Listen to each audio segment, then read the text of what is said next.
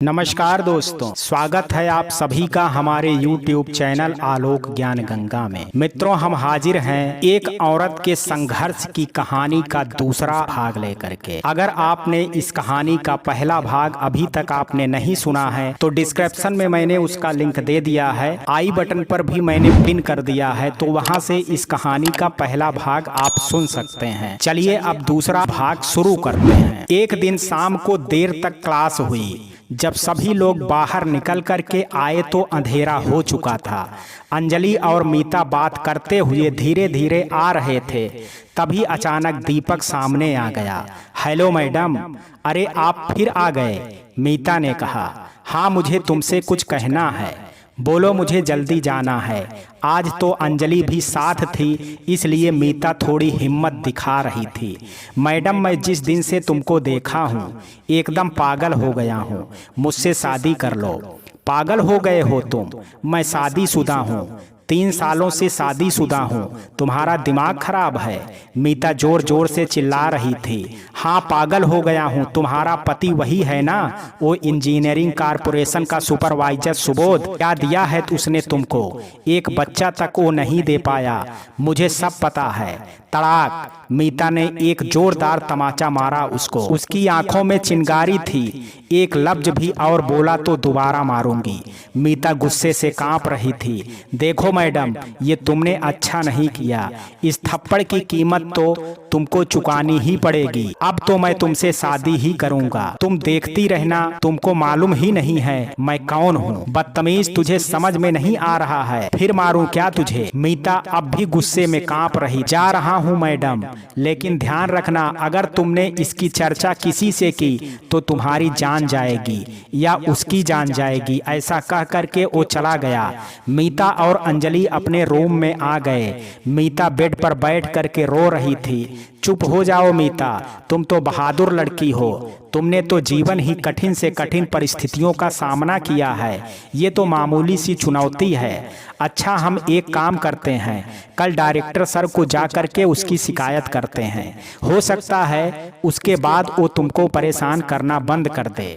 मैं क्या करूं अंजलि, मुझे समझ में नहीं आ रहा है। वो अब भी सुबक रही थी। सुबोध को बता दूं क्या? उसे ये सब बता दूंगी तो ये सब वो सह नहीं पाएगा। मैं एकदम कसमकस में हूँ अंजलि। देख मीता, जीजा जी के नेचर के बारे में तो नहीं जानती, पर किसी भी व्यक्ति को ऐसी बात बताना उसके लिए अपमानजनक है। तू सोच ले, क्या करना है? जीजा जी को बताना है या नहीं बताना है? फिर दीपक ने उसे जान से मार देने की धमकी भी दी है। वो बड़े बाप का बेटा है, ऐसा कर भी सकता है। तू अच्छे से एक बार सोच ले। तभी सुबोध का फोन आया। हेलो मीता, क्या हाल चाल है? तुम ठीक हो? हाँ ठीक हूँ सुबोध। घर पर सब ठीक है? तुम्हारी आवाज में वो खनक नहीं है, कुछ बात है क्या? नहीं नहीं, कोई बात नहीं है सुबोध, बस ऐसे ही थोड़ा थकान फील कर रही हूँ, इसलिए शायद तुमको लग रहा होगा। अच्छा, तो खाना खा करके आराम करो, मैं कल सुबह बात कर लूंगा, ठीक है? चलो अब रखता हूँ। ठीक है, गुड नाइट। Good night. और उसने फोन रख दिया। तुमने बताया क्यों नहीं मीता? अंजलि ने पूछा। थोड़ी डर गई अंजलि, ऐसा सिचुएशन मैंने कभी फेस नहीं किया है। तुम्हारी बात सच भी हो सकती है। अगर उसने सुबोध को नुकसान पहुंचाया तो मैं और सहन नहीं कर पाऊंगी। ठीक है, पर हम अपनी फाइट तो कर ही सकते हैं, अंजलि बोली। हाँ, एक पत्र बना करके लिखित में शिकायत करते हैं, फिर आगे देखेंगे क्या करना है। और दोनों सोने की कोशिश करने लगे। हालांकि मीता की आंखों की नींद जा चुकी थी। दूसरे दिन अंजलि और मीता डायरेक्टर सर के चैम्बर के सामने खड़े थे और अंदर बुलाए जाने की प्रतीक्षा कर रही थी। तभी कॉल बेल बजा।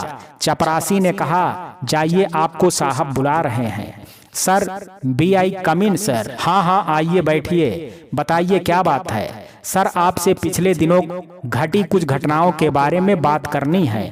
हाँ बोलिए, क्या बात है? सर, मेरा नाम मीता है, मैं आयकर अधिकारी हूँ और नजदीक के शहर से आई हूँ। मेरे पिताजी PWD विभाग में संयुक्त सचिव हैं और मेरी शादी 3 साल पहले से हो चुकी है। अच्छा, तो प्रॉब्लम क्या है? सर, हमारे साथ यहाँ DSP लोगों की भी ट्रेनिंग चल रही है। उसमें एक लड़का है दीपक साहनी, अच्छा, वो सांसद का बेटा? हाँ जी सर, वही। कुछ दिनों से उसने हद कर दी है। उसने कहा कि वो जबरदस्ती मुझसे शादी करेगा और ना करने पर जान से मार देने की धमकी दी। ओह, ये तो बिल्कुल बुरी बात है। उसकी शिकायतें पहले भी आ चुकी हैं। वो है ही थोड़ा बदतमीज, ऊपर से उसके फादर उसकी इन सब हरकतों पर सपोर्ट करते हैं। और तो और अपने रसूख का इस्तेमाल करके अब उसको डीएसपी भी बना दिया है। पता नहीं ये लड़का भविष्य में क्या गुल खिलाएगा। लेकिन तुम चिंता मत करो, अगर तुमने लिखित शिकायत की है तो मैं उसको नोटिस दूंगा और फिलहाल अभी तुम्हारे सामने ही बुला करके चेतावनी देता हूँ। उन्होंने काल बेल बजा करके चपरासी को उसे बुलवाया। बुलाने के बाद वो आया। देखो बेटा, मेरी चेतावनी के बाद भी वो माने इसकी कोई गारंटी नहीं है। मेरी सलाह है कि तुम उससे जितना अलग हो सको रहो और उससे बात मत करो। सर, मैं कहाँ बात करना चाहती हूँ उससे, वही मुझे घेरने की कोशिश करता रहता है। अभी वो लड़का दीपक अंदर आया। सर, आपने बुलाया? वो मीता और अंजलि को तिरछी निगाह से देख रहा था। हाँ, मैंने बुलाया। मीता ने लिखित शिकायत दर्ज किया है कि तुमने उसके साथ जबरदस्ती शादी करने की धमकी दी और नहीं करने पर जान से मारने की भी धमकी दी है। ये क्या सच है? नहीं सर, बिल्कुल सच नहीं है। मैंने उसे ऐसा कुछ भी नहीं कहा। ये झूठ बोल रही है।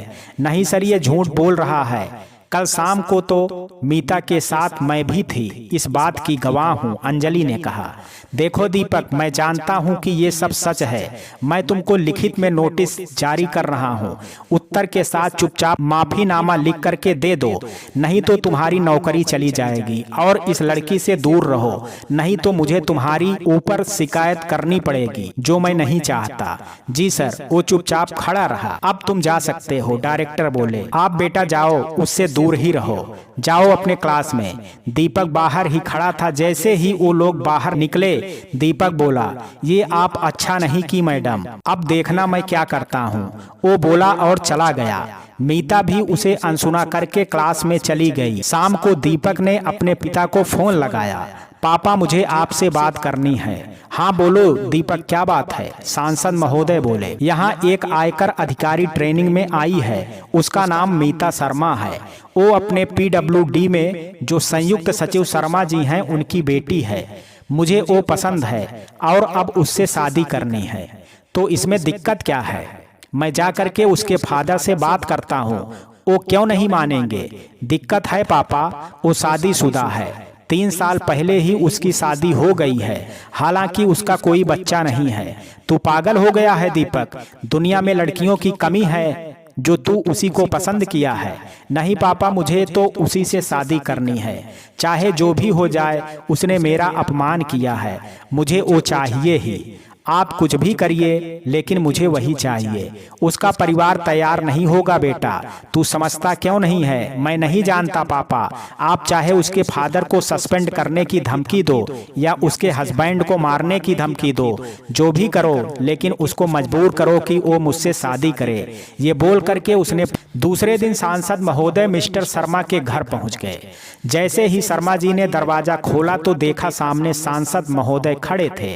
अरे आइए साहनी जी, प्लीज प्लीज अंदर आइए, आइए बैठिए, आपसे कुछ चर्चा करनी थी शर्मा जी। हाँ बताइए। ये बताइए, आपकी पत्नी बच्चे सब ठीक हैं? हाँ सब ठीक हैं, पर आप ऐसा क्यों पूछ रहे हैं? बस ऐसे ही, मुझे पता चला था कि आपकी लड़की ने आपके मर्जी के खिलाफ शादी कर ली थी। हाँ आपने सही सुना है साहनी जी, मेरी नाराजगी के बावजूद उसने अपनी मर्जी से एक सब्जी वाले से शादी कर ली थी। तो क्या वो वहाँ खुश है? खुश ही होगी, तभी तो आज तक शिकायत नहीं की थी। अब तो और शिकायत नहीं करेगी, क्योंकि अब वो आयकर अधिकारी बन गई है। और आप खुश हैं? क्या बताऊं, लड़की का बाप हूँ। चाहता तो था कि अपनी बेटी की शादी धूमधाम से किसी अच्छे घर में करता, पर इस जन्म में ये संभव नहीं है। अब उसके कोई बच्चा है क्या शर्मा जी? नहीं, आज तक तो नहीं है, और मुझे जानकारी भी नहीं है कि क्यों उन्होंने अब तक प्लान नहीं किया। मैं बताता हूँ शर्मा जी, क्योंकि लड़के में खराबी है। आपकी बेटी तो ठीक है, आपको कैसे पता? शर्मा जी ने पूछा। पूछा, वो जिस डॉक्टर को दिखाते हैं वो मेरी फैमिली डॉक्टर है। पर ये सब आप क्यों पूछ रहे हैं? शर्मा जी ने फिर से पूछा। देखिए शर्मा जी, मेरा एक बेटा है दीपक, वो डीएसपी में चयनित हुआ है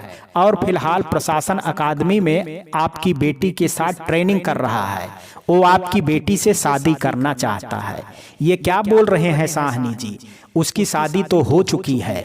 देखिए, जब दीपक उसको पसंद किया तो ये बात नहीं जानता था, पर अब तो जानता है ना, और आप भी जानते हैं ये कैसे संभव है। देखिए शर्मा जी, उसको तो बच्चा है नहीं, आप चाहें तो दोनों को अलग करके उसकी शादी दीपक से करवा दीजिए। ये नहीं हो सकता साहनी जी, मैं भले उससे नाराज हूँ लेकिन जानबूझ करके उसकी खुशियों में आग नहीं लगा सकता। उसने बहुत मेहनत करके अपना संसार बसाया है, मेरे सपने को पूरा करने के लिए दिन रात मेहनत करके आयकर अधिकारी बनी है, मैं ये नहीं कर सकता। देखिए शर्मा जी, मेरा एक ही बेटा है और उसकी इच्छा पूरी करने के लिए मैं कुछ भी कर सकता हूँ। आप ये बात अच्छी तरह से जानते हैं। उसका पति कब ट्रक के नीचे आ जाएगा आपको पता नहीं चलेगा। ऐसा मत करिए आप साहनी जी, आप समझते क्यों नहीं हैं? ये संभव नहीं है। मैं कुछ नहीं समझता शर्मा जी। वो नहीं तो आप दोनों सही, आप नहीं तो मैं आप दोनों की नौकरी खा जाऊंगा। कैसे अजीब बातें कर रहे हैं साहनी जी, ये संभव नहीं है। सब संभव है शर्मा जी, आप मुझे कल विचार करके बता दीजिए, नहीं तो परसों आप परिणाम देखेंगे। ठीक है साहनी जी, मैं बताता हूँ आपको। सांसद महोदय निकल करके चले गए।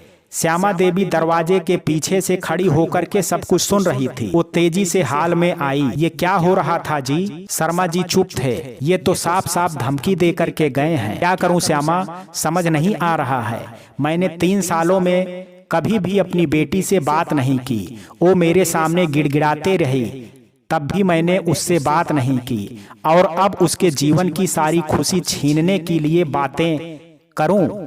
ये तो उचित नहीं है। आप ठीक बोल रहे हो जी। ना जाने अचानक ये मुसीबत कहां से आन पड़ी।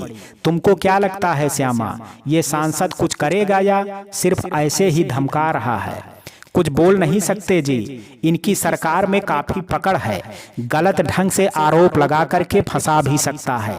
श्यामा देवी बोली, वैसे भी कुछ रेत ठेकेदार के ऊपर अपने शिकंजा कसा था। ये सब राजनीति से प्रेरित ही होते हैं। तुम ठीक कह रही हो श्यामा, पर बेटी को तो मैं नहीं बोल पाऊंगा। आप चिंता मत करिए जी, कल परसों तक देख लेते हैं।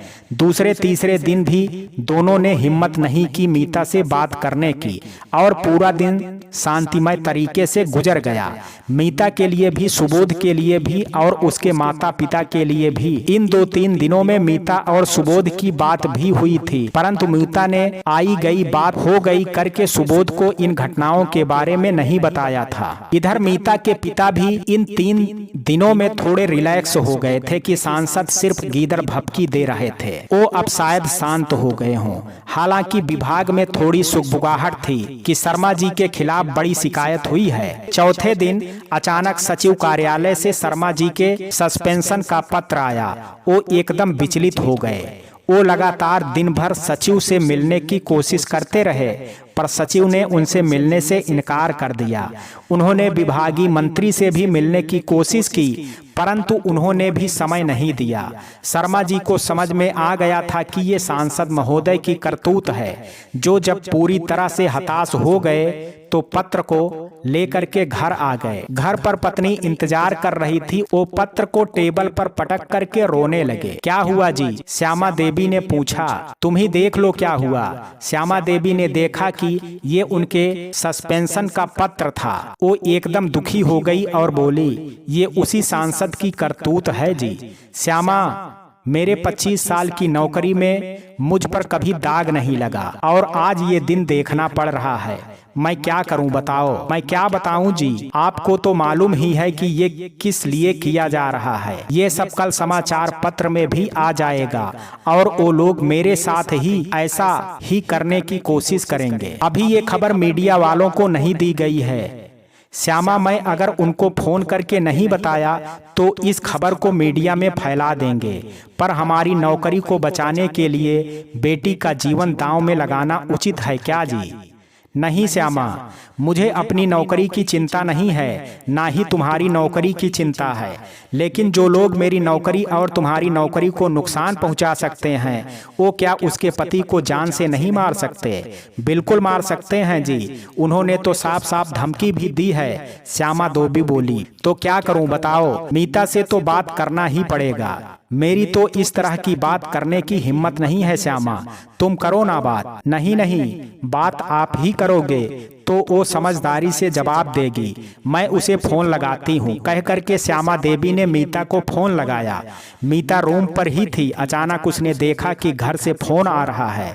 हेलो मीता, मैं मम्मी बोल रही हूँ। मम्मी आपने फोन किया, पापा को पता नहीं है क्या? मीता बोली, पता है, तेरे पापा ही बात करने के लिए फोन लगवाए हैं। अच्छा, पापा से बात करने के लिए ही मैं तड़प रही हूँ। मम्मी उन्हें फोन दो। श्यामा देवी ने मिस्टर शर्मा को फोन दिया। हेलो मीता। अपना नाम पापा के मुंह से सुन करके मीता के आंखों में आंसू आ गए। हेलो पापा, और मीता रोने लगी। हाँ बेटा मीता, तुम रो रही हो?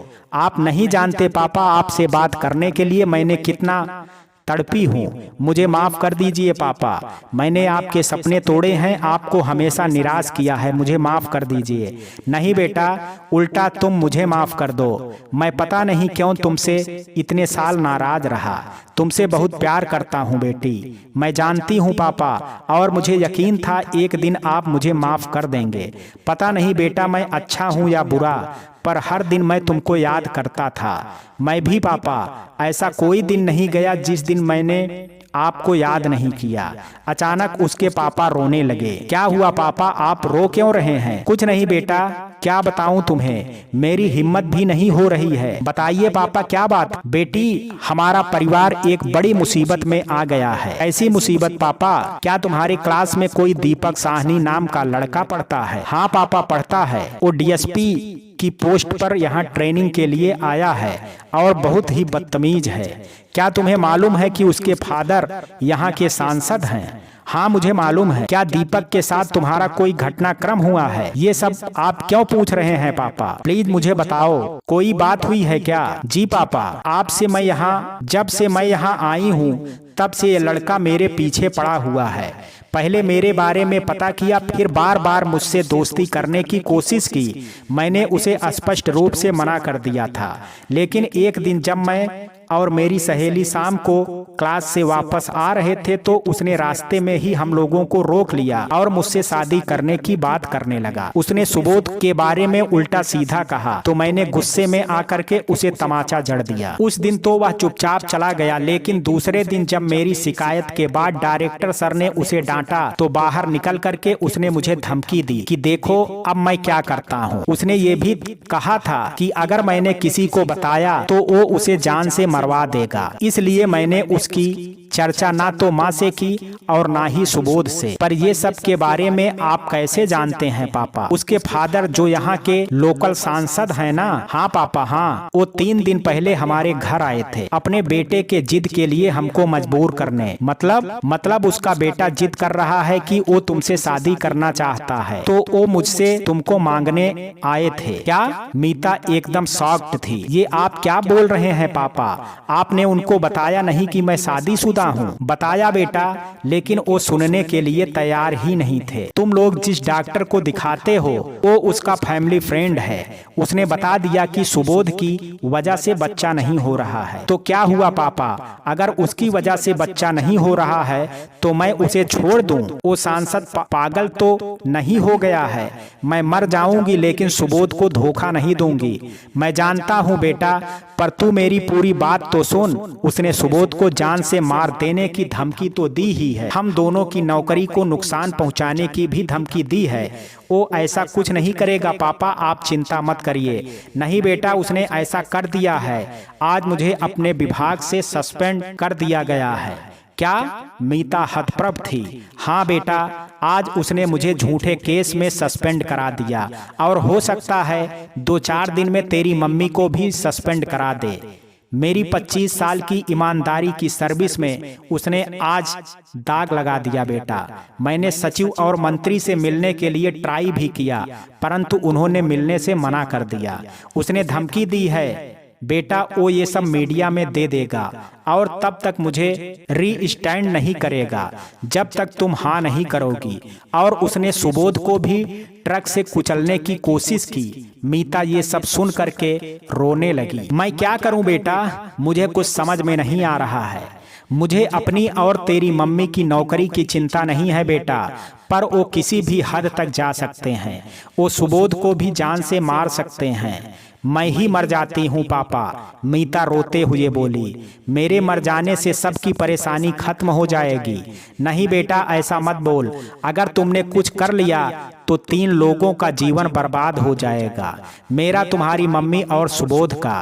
तुम्हें तो कोई और रास्ता सोचना होगा बेटा। मैं क्या करूं पापा, मेरी वजह से 3 लोगों के जीवन का खतरा हो गया है। वो अब भी रो रही थी। मेरी वजह से आपके जीवन में भी परेशानी ही परेशानी हो रही है पापा। मैं आपके लिए श्राप बन गई हूँ पापा। मैं नहीं चाहती कि आपको बार बार मेरी वजह से लज्जित होना पड़े। और क्या रास्ता है पापा, आप ही बताइए। वो कमीना सिर्फ मुझसे बदला लेने के लिए ये सब कर रहा है। वो मेरे शरीर को नोच नोच करके खा जाएगा। पापा मैं क्या करूं पापा। वो जोर जोर से रोने लगी। तू घर आ जा बेटा, मैं सुबह तुझे लेने आता हूँ। और सुबोध से तो बिल्कुल चर्चा मत कर, नहीं तो वो कुछ कर ना बैठे। हाँ पापा, अगर उसे पता चला तो वो दीपक की जान ले लेगा, लेकिन आप दोनों की परेशानी बढ़ जाएगी। और मैं ऐसा अब नहीं चाहती कि मेरे और सुबोध की वजह से दोबारा आप लोगों के जीवन में परेशानी आए। मुझे आप लोगों को परेशानी से बचाने के लिए उसके जीवन से अलग होना पड़ेगा। अगर उसे लगा कि आपने हमें अलग किया है तो वो आपको भी नुकसान पहुंचाने से पीछे नहीं हटेगा। केवल एक ही तरीका है पापा कि मैं उसे अपने से धोखा दूं। वो मुझसे भले नफरत करे, लेकिन वो मेरे नफरत के सहारे जीवित रहेगा। वो अब भी सुबक रही थी। ठीक है बेटा, मैं कल सुबह तुमको लेने आऊंगा। बाकी सुबोध को बताना है कि नहीं तुम देख लो। नहीं पापा, मैं उसे अपने से अलग कर दूंगी। बार बार आपको मेरी वजह से लज्जित होना पड़े, ये मैं नहीं चाहती। आप सुबह आइए, मैं तैयार रहूंगी। अब मैं फोन स्विच ऑफ कर देती हूँ पापा, क्योंकि सुबोध अगर फोन करेगा तो मुझसे उसे कुछ भी बताने की हिम्मत नहीं होगी। ठीक है मीता? जी पापा, कह करके मीता ने मोबाइल को स्विच ऑफ कर दिया। इधर थोड़ी देर बाद सुबोध ने मीता को फोन किया तो उसका फोन स्विच ऑफ बताया। उसने सोचा कि हो सकता है चार्जिंग खत्म हो गया हो, इसलिए उसने आधे घंटे के बाद फिर फोन लगाया। फिर से फोन स्विच ऑफ बता रहा था। वो 2 घंटे तक 20 बार फोन लगाने की कोशिश करता रहा, पर सब बेकार। अब भी फोन स्विच ऑफ ही बता रहा था। चूंकि रात ज्यादा हो गई थी, इसलिए वो परेशान मन से ही शांत हो गया। उसने फिर फोन नहीं लगाया। सोचा हो सकता है फोन खराब हो गया हो। सुबह प्रशासन अकादमी ही जाकर के देखूंगा, यह सोच करके वो सोने की कोशिश करने लगा, परंतु रात भर उसे नींद नहीं आई। दूसरे दिन सुबह मिस्टर शर्मा प्रशासन अकादमी पहले पहुंच गए। उन्होंने डायरेक्टर साहब से परमिशन लिया और मीता का सामान सहित अपने आने की प्रतीक्षा करते रहे। डायरेक्टर साहब तो लगभग सारी घटनाओं को जानते थे, इसलिए उन्होंने उसे विशेष परमिशन दे दिया। थोड़ी देर में मीता आती दिखाई दी। वो आकर के अपने पापा से लिपट गई और रोने लगी। मैं क्या करूं बेटा, मुझे समझ में नहीं आ रहा है। पापा बोले, मुझे घर ले चलिए पापा, नहीं तो सुबोध भी आ जाएगा। कल रात को उसने मुझे फोन करने का प्रयास किया होगा और बात नहीं होने पर पक्का अभी आता होगा। यहाँ से जल्दी चलिए। मिस्टर शर्मा ने उसका सामान उठाया, गाड़ी में डाला और घर की ओर निकल गए। मीता का शक एकदम सही था। थोड़ी देर बाद सुबोध वहां आ गया। पता चला कि थोड़ी देर पहले ही उसके पापा उसे आकर के ले गए हैं। उसे सुख मिश्रित थोड़ा आश्चर्य हुआ। वो सोचने लगा, ये तो अच्छी बात है कि उसके पापा उसे ले गए, मतलब उनकी शायद नाराजगी दूर हो गई हो। पर मीता ने मुझे बताया क्यों नहीं? क्या ऐसी बात हो गई कि उसने मुझे फोन भी नहीं किया? उसने खड़े हो करके फिर से फोन ट्राई किया। मीता का फोन अब भी स्विच ऑफ आ रहा था। उसने सोचा शायद कोई घरेलू मैटर हो और मुझे शाम तक प्रतीक्षा कर लेनी चाहिए। आखिर वो अपने घर ही गई है, सोच करके वहां से लौट गया। शाम तक ना तो मीता का फोन आया, ना ही उसके घर से किसी का फोन आया। अब वो थोड़ा परेशान होने लगा। उसे लगा कि एक बार उसे मीता के घर जाकर के देख लेना चाहिए कि मीता सुरक्षित है या नहीं। वो थोड़ी ही देर में मीता के घर पहुंच गया। मीता का घर ऑफिसर्स कॉलोनी में था, इसलिए उसके घर से लगे हुए और भी कई अधिकारियों के घर थे। वो चुपचाप जाकर के घर के बाहर खड़ा हो गया और कॉल बेल बजाया। थोड़ी देर में श्यामा देवी ने दरवाजा खोला। जी, मेरा नाम सुबोध है, क्या मीता है घर पर? श्यामा देवी चुप थी। क्या मीता मेरी पत्नी यहाँ आई है? मुझे प्रशासन अकादमी से पता चला है कि उसके पापा सुबह उसे लेने गए थे और वो उनके साथ वो वहाँ से अपने घर के लिए निकली है। बताइए ना माँ जी, क्या वो घर आई है? श्यामा देवी कुछ नहीं बोली और दरवाजा बंद करके अंदर चली गई। सुबोध वहीं खड़ा रहा। बाहर सुबोध आया है, मीता की माँ ने उसे बताया। क्या वो बाहर खड़ा है? मीता बोली। हाँ, और तुम्हारे बारे में पूछ रहा है। मैं क्या करूँ पापा, आप बताइए। ये तो होना ही था। वो मेरे बगैर नहीं रह सकता। मेरे गुनाहों की सजा उसे मिल रही है और आप दोनों को भी। वो सुबकने लगी। अब आप ही जाइए और उसे बताइए कि मैंने उसे छोड़ दिया है। मेरी तो हिम्मत नहीं है उसके सामने जाने की। प्लीज आप ही जाइए और उसे बताइए। उसके पापा चुप बैठे थे। तभी फिर से घंटी बजी। मैं अब नहीं जाऊंगी बाहर। वो मुझसे सवाल जवाब करेगा जिसके उत्तर मेरे पास नहीं है, श्यामा देवी बोली। जाओ ना माँ, उसको बोलो कि पापा आ रहे हैं। मीता रोते हुए बोली। मेरी तो हिम्मत ही नहीं हो रही है जी, श्यामा देवी बोली। जाओ बोल दो कि मैं आ रहा हूँ। श्यामा देवी डरते घबराते हुए दरवाजा खोली। आप बताती क्यों नहीं? मेरी मीता है क्या यहाँ? आधे घंटे से खड़ा हूँ, आप लोग कोई जवाब क्यों नहीं दे रहे हो? आप मुझे बस ये बता दीजिए कि वो यहाँ है कि नहीं। मैं चुपचाप चला जाऊंगा, बाद में उसे ले जाऊंगा। चिंता मत करिए, आप लोगों के फैमिली मैटर में कोई दखल नहीं दूंगा, सुबोध बोला। मीता के पापा तुमसे कुछ बात करना चाहते हैं, यहीं रुको। सुबोध को थोड़ा अजीब सा लगा। आखिर वो मुझसे क्या बात करना चाहते हैं? जो भी बात थी वो मीता तो मुझे बता सकती थी। वो एकदम संशय की स्थिति में था। तभी उसके पापा बाहर आते दिखाई दिए। वो बाहर आकर के खड़े हो गए तो सुबोध ने पूछा, सर आप लोग बताते क्यों नहीं कि मेरी मीता कहाँ है? वो घर पर है कि नहीं? अगर कोई प्रॉब्लम है तो इतना बता दीजिए कि वो ठीक है कि नहीं और घर में है। देखो सुबोध, मेरी बात ध्यान से सुनो। आज से 3 साल पहले जब तुमने मीता से शादी की थी तो उसे अपने अच्छे बुरे की समझ नहीं थी। वो तुम्हारे प्यार में अंधी हो गई थी, ये जानते हुए कि तुम्हारे पास रहने खाने के लिए भी ठीक ढंग से नहीं है। वो अपने परिवार,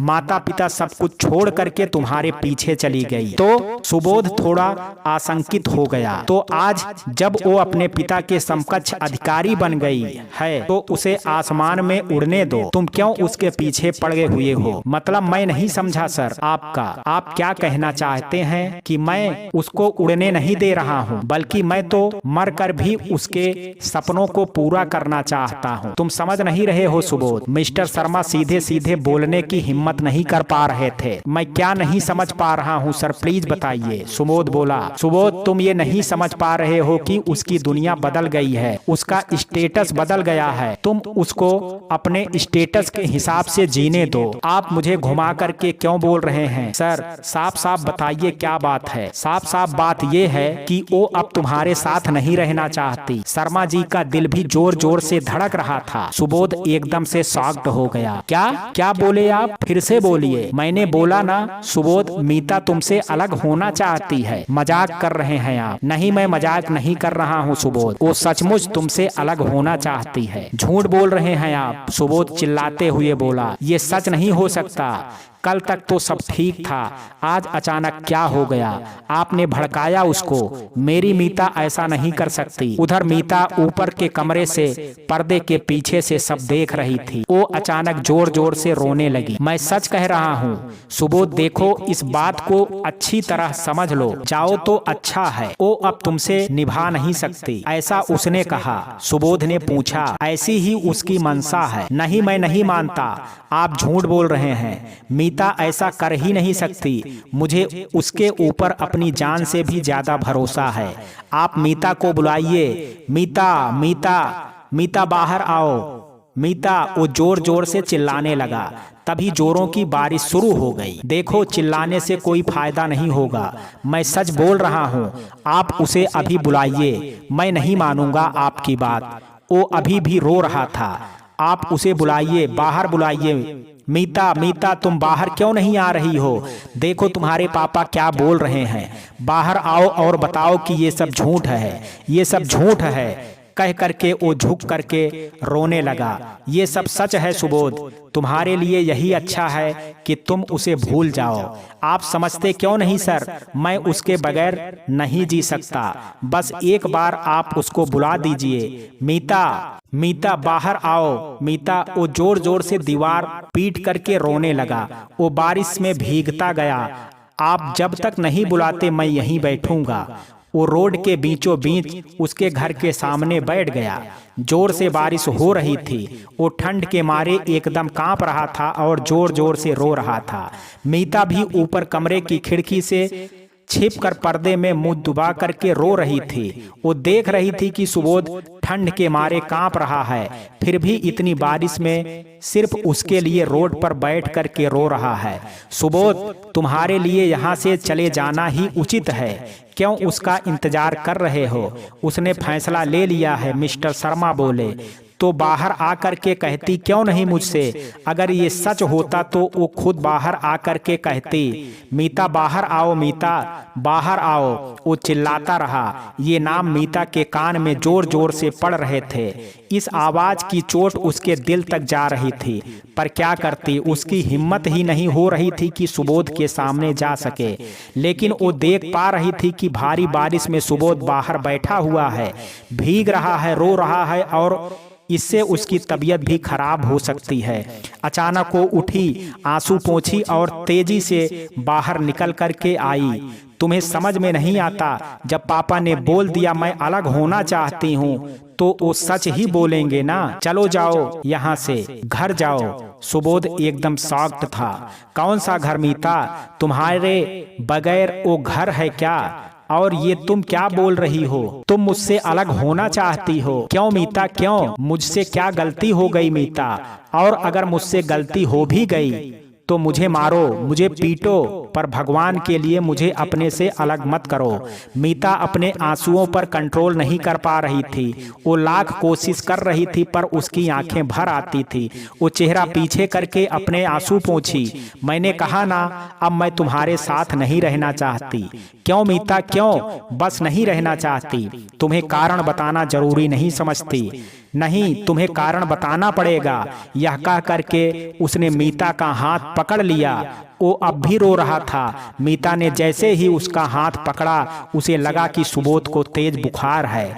उसका हाथ एकदम गर्म था और एकदम कांप रहा था। कारण ये है सुबोध कि मैंने किसी और के साथ शादी करने का फैसला कर लिया है। अब तुम मुझे छोड़ो और चले जाओ घर। क्या तुम ये क्या बोल रही हो मीता? उसने हाथ की पकड़ ढीली कर दी। मीता ने अपना हाथ छुड़ा लिया। सुबोध दोनों हाथों से मुंह दबा करके रोने लगा। मीता देख रही थी कि सुबोध जोर जोर से रो रहा है और कांप रहा है। देखो सुबोध, तुम्हारे लिए यही अच्छा है कि तुम मुझे भूल करके अपनी जिंदगी जियो। मीता बोली। मुझे अब भी यकीन नहीं हो रहा है मीता कि तुम ऐसा कर सकती हो। क्या तुम किसी दबाव में हो? बताओ, मैं सब ठीक कर दूंगा, पर मुझे मत छोड़ो मीता। भगवान के लिए मुझे मत छोड़ो। तुम धोखेबाज नहीं हो सकती मीता।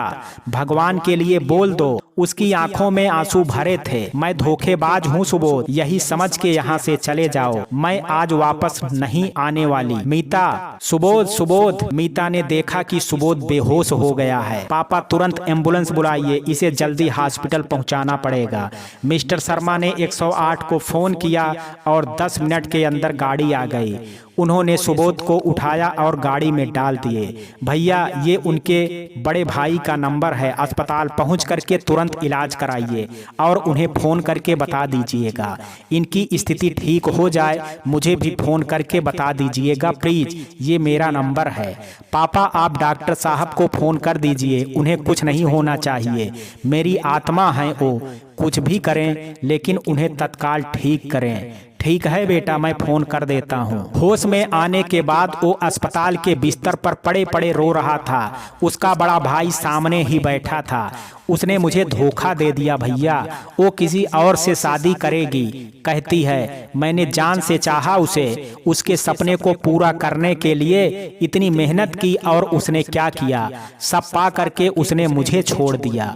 आज मैं मर गया भैया, आज मैं मर गया। चुप हो जाओ भाई, ये बड़े घर के लोगों की सोच के विषय में कुछ नहीं कहा जा सकता। वो कब क्या कर देंगे कुछ नहीं बता सकते। ऊपर से तुम्हारा बच्चा नहीं था, माँ बनी होती तो शायद तुझे कभी नहीं छोड़ पाती। अब बच्चा है नहीं तो उसके पास तो अवसर है। सुबोध यह सब ध्यान से सुन रहा था। उसे लगा भैया शायद ठीक कह रहे हैं। बच्चे की लालच में कहीं दूसरी शादी तो नहीं कर रही है। वो क्या सिर्फ बच्चे के लिए मुझे धोखा दे सकती है। उसने डिसाइड कर लिया कि वो भी अपना स्टेटस बड़ा बनाएगा और मीता को एक बार जरूर दिखाएगा कि जिस स्टेटस के लिए उसे छोड़ दिया था अब उसका भी है। इधर मीता को जब पता चला कि सुबोध सुरक्षित है, उसने गहरी सांस ली। मीता जानती थी कि अपने माता पिता के सम्मान और सुबोध की जान बचाने का यही एक रास्ता है, इसलिए उसने ऐसा किया। नफरत और गुस्से के सहारे आदमी ज्यादा दिन जिंदा नहीं रह सकता और वो इसी के तर्ज पर जानती थी कि सुबोध उसे भले रोज गुस्से से याद करेगा पर जीवित रहेगा।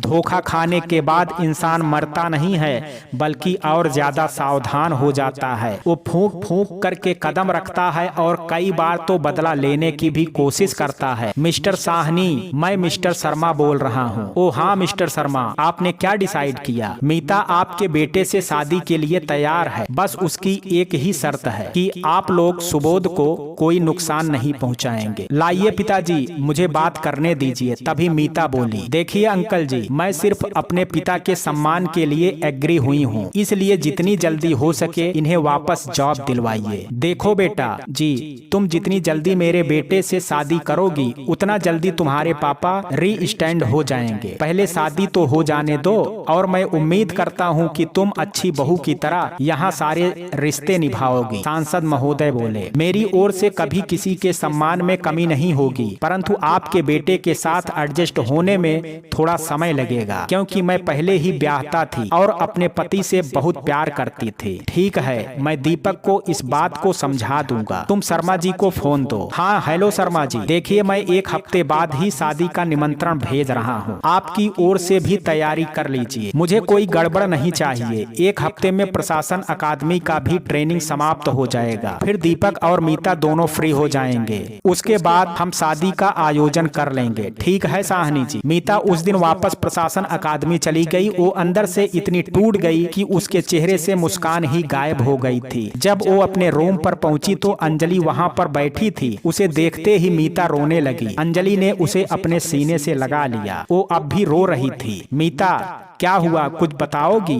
पहले तुम चुप हो जाओ। मीता थोड़ी शांत हुई। इधर बैठो और बताओ क्या हुआ। क्या बताऊं अंजलि, आज मैं अपने आप से हार गई। मैं सोचती थी कि मैं बहुत सक्षम हूँ, बड़ी अधिकारी बन गई हूँ, तो कोई मेरा कुछ बिगाड़ ही नहीं पाएगा, मुझे कोई मजबूर नहीं कर पाएगा, परंतु बेकार की बातें हैं। वो फिर रोने लगी। अंजलि ने उसका हाथ पकड़ लिया। अच्छा पहले चुप हो जाओ प्लीज, अंजलि बोली। मीता फिर थोड़ी शांत हुई। यार उस नीच दीपक ने मेरे परिवार को नुकसान पहुंचाने की चेष्टा की। क्यों? क्योंकि वो मुझसे शादी करके उस दिन के थप्पड़ का बदला लेना चाहता है। क्या नुकसान पहुंचाया उसने तेरे परिवार को? उसने अपने पिता से कह करके सुबोध का एक्सीडेंट करवाया, वो भी ट्रक से, और मेरे पापा को सस्पेंड करा दिया। वो फिर रोने लगी। अरे तू चुप हो जा, बार बार क्यों रोती है? रोने से क्या समस्या का समाधान निकल जाएगा? नहीं ना।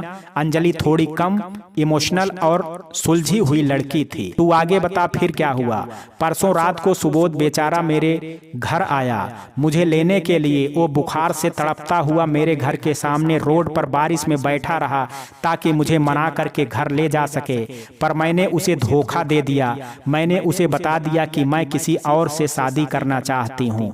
ओह, ये तो बुरा हुआ। वो बेचारा तुमसे बहुत प्यार करता है, उसकी तो हालत बहुत खराब हो गई होगी। हाँ अंजलि, वो बुखार में वहीं पर बेहोश हो गया था। मेरे पापा ने एम्बुलेंस बुला करके उसे अस्पताल भेजा, अभी वो ठीक है। तुमने उसके साथ अच्छा नहीं किया मीता, अंजलि बोली। मुझे उसके ऊपर बड़ी दया आ रही है, मुझे उसे बता देना चाहिए था। बता देती तो वो जी नहीं पाता अंजलि। उसे जीवित और स्वस्थ रखने के लिए धोखा देना ही बेहतर था। हाँ, ये तो तू ठीक बोल रही है। तेरे इस फैसले से तेरे जीवन पर कितना असर पड़ रहा है ये देख। तुझे दीपक से साथ निभाना पड़ेगा। हाँ अंजलि, क्या करूं मैं? उस नीच के साथ निभाना जैसे मेरे लिए कांटों पर चलने के समान है। मैं जानती हूँ अंजलि की उसे सिर्फ मेरा शरीर चाहिए। वो मेरे शरीर को नोच नोच करके खाएगा और मैं कुछ नहीं कर पाऊं। मैं समझ सकती हूँ मीता, परंतु कितने दिन? यदि तू उससे भावनात्मक लगाव खत्म कर देगी तो तेरे शरीर से भी उसका मन धीरे धीरे ऊब जाएगा। फिर वो तुझसे अलग रहने की कोशिश करेगा। बस यही एक तरीका है उससे अलग होने का। तुम कुछ ऐसा करो कि वो खुद से अलग होना चाहे, अंजलि ने कहा। मुझे अभी तो यही सोच सोच करके आत्मग्लान महसूस हो रही है कि जिस मन को, जिस शरीर को मेरे सुबोध ने इतने प्यार से सहेज कर रखा, उसे मुझे दीपक को छूने देना पड़ेगा। छी, पता नहीं मैं कैसे बर्दाश्त कर पाऊंगी। सब ठीक हो जाएगा मीता, तू बस धैर्य रख और अपने ईश्वर पर भरोसा रख। चल अब सो जा, कह करके दोनों सो गए। अगले दिन क्लास के बाद दीपक उसके पास आया। रुको 2 मिनट, दीपक बोला। उठो यहाँ से, मुझे जाना है। मीता बोली, अब तुम मेरी बीबी होने वाली हो, बैठो। अभी नहीं, अभी बनी नहीं हूँ दीपक। मजबूरी में तुम मेरा शरीर हासिल कर सकते हो पर मुझे नहीं। देखो मीता, मैं तुम्हें चाहता हूँ और मुझे जो तरीका तुम्हें हासिल करने का ठीक लगा मैंने वही किया। इसे तुम चाहत कहते हो दीपक। अगर तुम मुझे सचमुच चाहते तो मेरी खुशी में अपनी खुशी ढूंढते। तुम्हें तो सिर्फ मेरे जिस्म से लगाव है, तुम्हें वही चाहिए ना। बस वो तुम्हें मिल तो रहा है, तुम्हारी तो इच्छा पूरी हो गई। देखो मीता, तुम इस तरह मुझसे बात ना ही करो तो अच्छा होगा, तुम्हारे एक्स हस्बैंड के लिए भी और तुम्हारे मम्मी पापा के लिए भी। सिर्फ उन्हीं की वजह से मैं तैयार हुई हूँ दीपक, ये बात तुम भूलना नहीं। मुझे ये भी मालूम है मैंने जो तुम्हें तमाचा मारा था उसी की वजह से तुम्हारा ईगो हर्ट हो गया और बदला निकालने पर तुल गए हो। ऐसा ही समझ लो। अब तुम्हें मेरे ही साथ रहना है, ये अच्छे से याद रखना। अगर तुमने सुबोध से या उसके परिवार से किसी भी प्रकार का संपर्क रखने की कोशिश की तो वो जान से जाएगा। एक बार तो ट्रक उसका सिर्फ ठोकर मार कर बच करके निकल गया, अगली बार सीधे उसके ऊपर से निकल जाएगी, सोच लेना। इसलिए चुप हूँ दीपक। अरे मेरे पापा का क्या, उनसे क्या दुश्मनी, मैं तो तैयार हो गई हूँ। अब उनको री स्टैंड क्यों नहीं करवाते, उनकी जॉब उनको वापस दिलवाओ। इतनी जल्दी क्या है, तुम शादी तो कर लो, मेरी इच्छा पूरी हो जाए फिर उनको वापस दिलवा दूंगा उनकी नौकरी। पुलिस वाले हो करके खुद अन्याय करते हो दीपक, तुम्हें जरा भी शर्म नहीं आती। तुम्हें पाने की इच्छा रखना बुरी बात है क्या? हाँ बिल्कुल बुरी बात है। मैं शादीशुदा हूँ, ये जानते हुए पाने की इच्छा रखना बुरी बात है। जिस तरीके से तुमने मुझे मजबूर किया है वो बुरी बात है। क्या अच्छा है इसमें? देखो मुझे बहस नहीं करनी है, मुझे तुम्हें पाना है बस। हाँ तो मिल रही हूँ ना तुमको, जो मन चाहे कर लेना। हटो अब यहाँ से, मुझे जाने दो। यह कह करके वो उठ करके क्लास से निकल गई। 3-4 दिनों बाद उनकी ट्रेनिंग कंप्लीट हो गई थी। विवाह के पहले दिन मीता के पिता ने मीता से कहा, मैं जानता हूँ बेटा तुमने हम सब के खातिर अपना जीवन कुर्बान कर दिया। नहीं पापा, बल्कि मुझे तो संतुष्टि है कि मेरा जीवन आप सबके काम आ सका। संतुष्टि ना बेटा, खुशी तो नहीं है ना। देखिए पापा, कुछ चीजों का भाग्य पर ही छोड़ देना चाहिए। भाग्य में होगा तो खुशी कभी ना कभी मिल ही जाएगी। फिर सुबोध के साथ मैंने जो समय गुजारा, आपके सपने को पूरा किया, ये सब खुशी के ही पल थे। आप निश्चिंत रहिए, आपकी थोड़ी हिम्मत मेरे खून में है, इतनी जल्दी निराश होने वाली नहीं हूँ। और सुबोध के प्यार की ताकत तो मेरे साथ ही है। उसके पापा दुखी होकर के चुपचाप बैठ गए। वो बेटी के जीवन को बर्बाद होता देख रहे थे, परंतु कुछ कर नहीं पा रहे थे। मीता ने पिता के कंधे पर हाथ रखा और सब ठीक हो जाएगा पापा, आप चिंता मत कीजिए। अगर हम ठीक हैं, सच्चे हैं तो भगवान सब ठीक कर देंगे। क्या पता बेटा, मेरी अंतरात्मा मुझे कचोटती है कि ये सब मेरी वजह से हुआ है। कोई घटना किसी की वजह से नहीं होती पापा, ये सब नियति का खेल होता है। ऊपर वाला सब पहले से लिखा रहता है, इसलिए मैंने इसे अपनी नियति मान लिया है। आप जा कर के आराम करिए, क्योंकि कल मेरी शादी है। पापा की आंखों में आंसू थे, वो उठ करके सोने चली गई। दूसरे दिन दीपक और मीता की शादी हो गई। सांसद ने बड़ा खर्चीला विवाह आयोजित किया था। सारे मंत्रीगण, विधायक, उसके बेटे के साथी भी आए थे। उदासी मीता के चेहरे पर साफ नजर आ रही थी, परंतु वो मुस्कुराने के लिए मजबूर थी। रात को सांसद के निजी आवास पर मीता तीसरी मंजिल से खड़ी होकर के लोगों को देख रही थी। ये रौनक उसके दुख का कारण थी। जितना वो देखती उतनी ही तकलीफ होती। रात के लगभग 12 बज गए थे। सब लगभग जा चुके थे, लेकिन उसका पति अब तक घर नहीं आया था। वो तो प्रार्थना कर रही थी कि रात बिना उसके आए यूं ही कट जाए, पर अचानक 1 बजे के आसपास उसके कमरे की घंटी बजी। उसे समझ में आ गया कि दीपक आ गया होगा। उसने जाकर के दरवाजा खोला, सामने दीपक ही था, परंतु उसके मुंह से शराब की बहुत दुर्गंध आ रही थी। तुम पी करके आए हो दीपक? हाँ, पी करके आया हूँ। और तुम कौन होती हो पूछने वाली? अभी शादी करके बीबी बनाया है ना? हाँ, तो क्या हुक्म चलाओगी? चुपचाप नौकरानी की तरह यहाँ पड़ी रहो। मुझे शराब पीने वाले बिल्कुल पसंद नहीं है दीपक, मीता बोली। तुमसे पूछा किसी ने? मेरी मर्जी, मैं जो चाहूं पी करके आऊं या ना पी करके आऊं। तुम बीबी हो, बीबी की तरह रहो, नहीं तो नुकसान तुम्हारे परिवार का होगा। तुमने मुझे थप्पड़ मारा था ना, देखो आज मैंने तुमको हासिल कर लिया। क्या बिगाड़ लिया तुम्हारे परिवार वालों ने मेरा? वो सुपरवाइजर, क्या हैसियत है उसकी मेरे सामने? वो लोग कमजोर नहीं है दीपक, मैं चुप हूँ इसलिए वो लोग चुप हैं। अगर सुबोध को बता देती ना तो वो तुम्हें मार डालता। तड़ाक! दीपक ने अचानक मीता को तमाचा जड़ दिया। चुप रहो बदतमीज, मेरी बीबी होकर के उसके बारे में बात करती हो? याद रखना, जब तक तुम मेरी जरूरतें पूरी करती रहोगी तभी तक वो जिंदा रहेगा, और मेरी जरूरत तुम जानती हो। मीता वहीं बैठ गई, उसकी आंखों से आंसू टपक पड़े। रोने की नौटंकी मत करो, इधर आओ और मेरी जरूरत पूरी करो। भयंकर मानसिक पीड़ा के साथ मीता ने सरेंडर कर दिया। उसने अपना दिमाग शून्य कर दिया। वो भयंकर यौन उत्पीड़न का शिकार हो रही थी, पर इतनी मजबूर थी कि कुछ भी नहीं कर पा रही थी। कुछ दिनों के अंदर ये दर्द सहन करना उसके लिए आम बात हो गया था। दीपक के यौन उत्पीड़न को तो वो सहती ही थी, वरन कई बार तो उसके साथ मारपीट भी करता था। एक दिन दीपक अपने पिता की आय का काला चिट्ठा लेकर के घर आया। सुनो, ये फाइल रखो, इसकी पूरी जवाबदारी तुम्हारी है। दीपक बोला, क्या है ये? तुम फाइल खोल करके देखो, तुम्हें समझ आ जाएगा।